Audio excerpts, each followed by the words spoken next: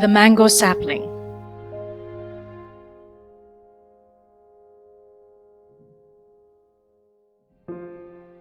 Miss Blanche, you cannot plant a mango tree here. The nasal tone ran up my spine like squeaky chalk on a blackboard, flooding me with instant irritation. I looked up from my labor, on my knees, about to do the transplant, and glared at Bertilia. She gave that sickly half smile I hated, revealing her wide gaped front teeth. I tried to formulate a reasonable response, something her half wit brain could understand.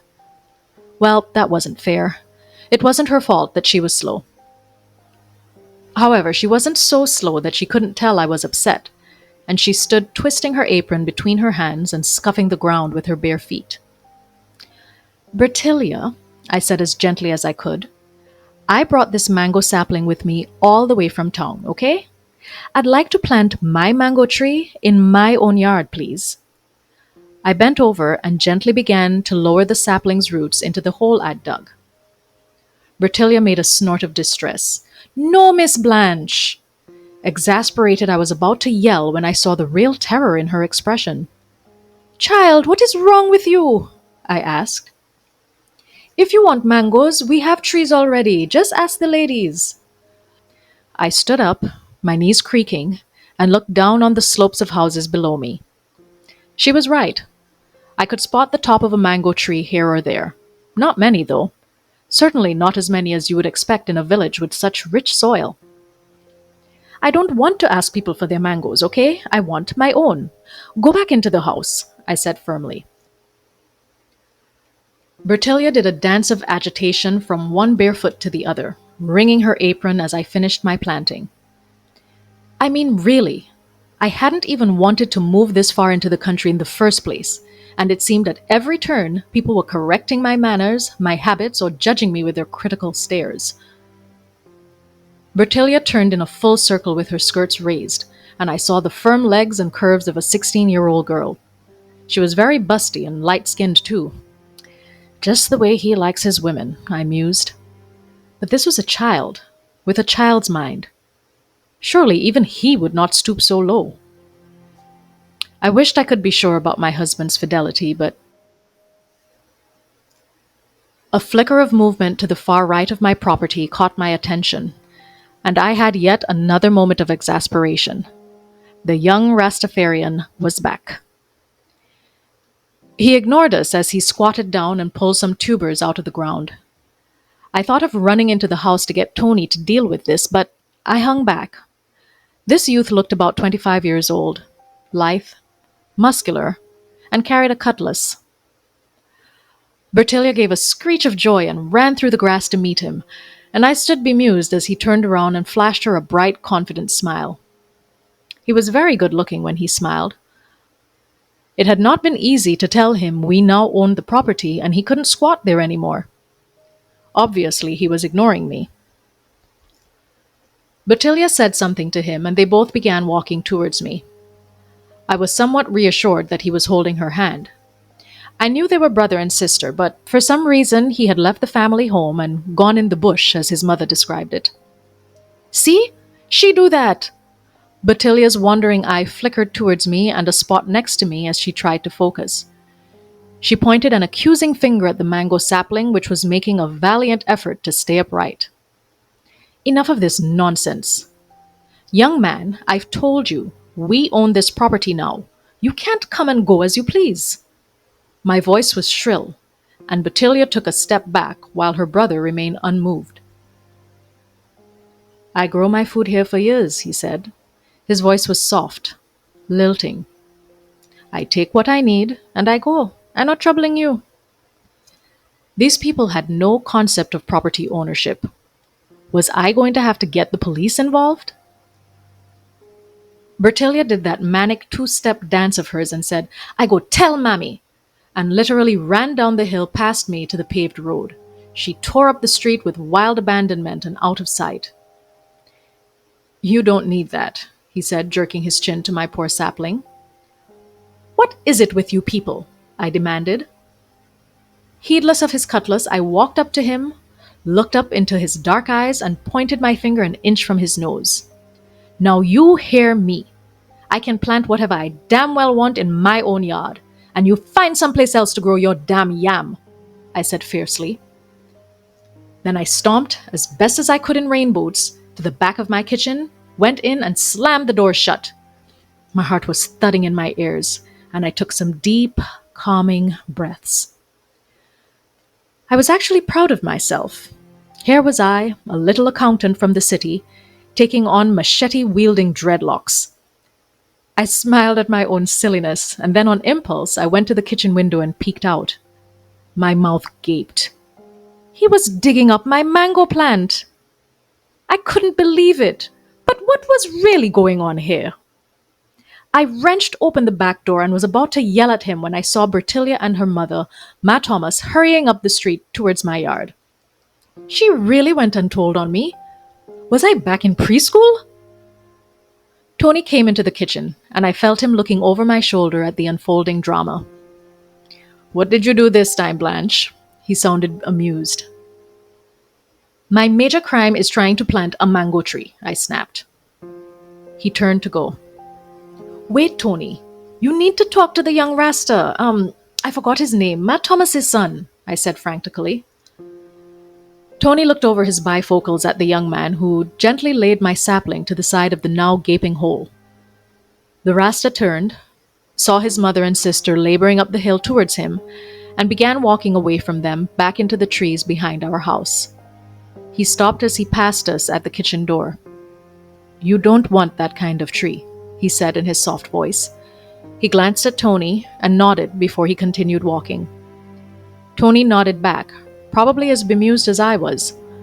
There was something hypnotic about this boy, as if he had captured the piece of the universe and wore it around him like an aura. Ma Thomas arrived, sweating from all her rolls and the effort of climbing our little slope. She looked at the disappearing back of the young man, and I saw the deep grief in her eyes. I wondered what had made him leave his house, but not the village. What had made him leave her?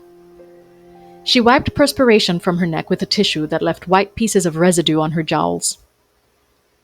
"Miss Blanche, could I get some water, please?"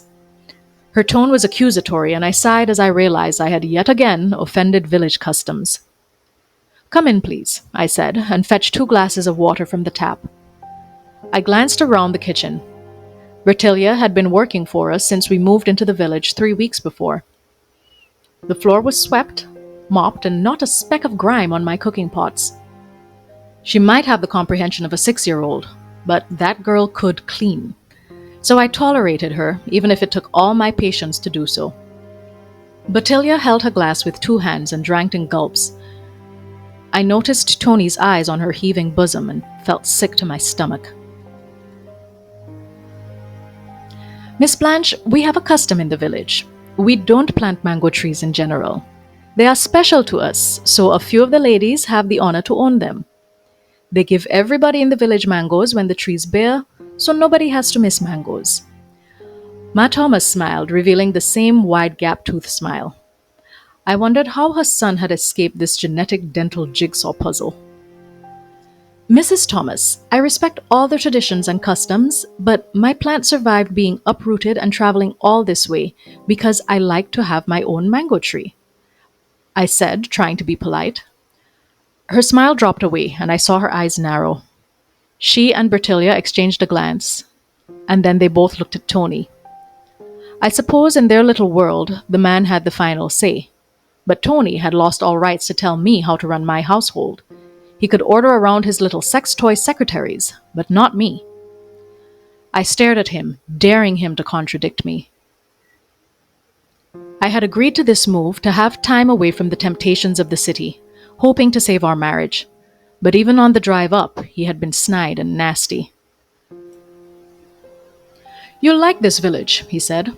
"Apparently no man commits adultery there." He laughed. I had been driving, and I gripped the steering wheel, stunned by his insensitivity. Bertilia got up and went over to the stove. Her mother rose with a sigh. "Mrs. Thomas, could you talk to your son, please?" I said. "He can't come onto our property as he likes. He needs to move his garden." Matt Thomas had a faraway look in her eyes. She waddled over to the kitchen back door and opened it and stepped out. Junior is his father's son. He stopped listening to me when he was 13. I can't help you. She left us. Batilia was turning on the burners. I knew I could trust her with a simple meal like soup, but she had a tendency to leave the burners on, so I had to make sure to check after she was done cooking.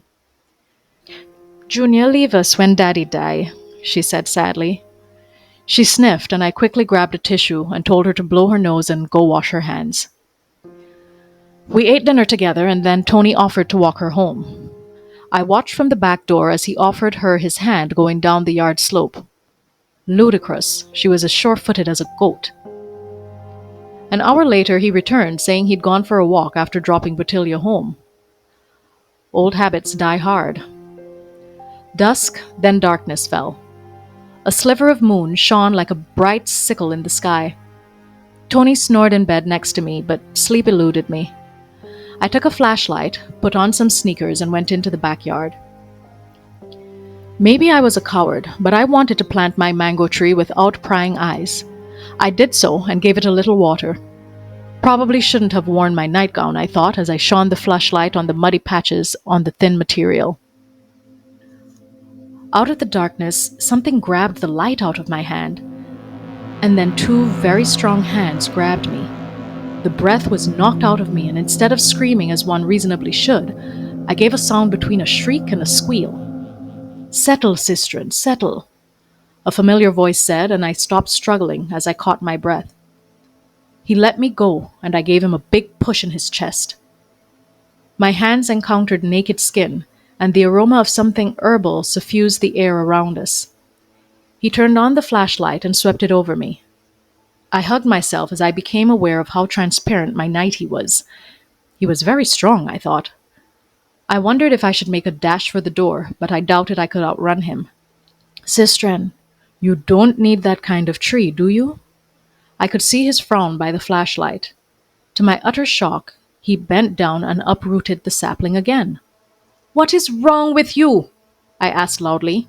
He shushed me and tried to put his arm around my shoulder. I shrugged it off, but I could not believe how good he smelled. Shouldn't he be rank from living in the forest?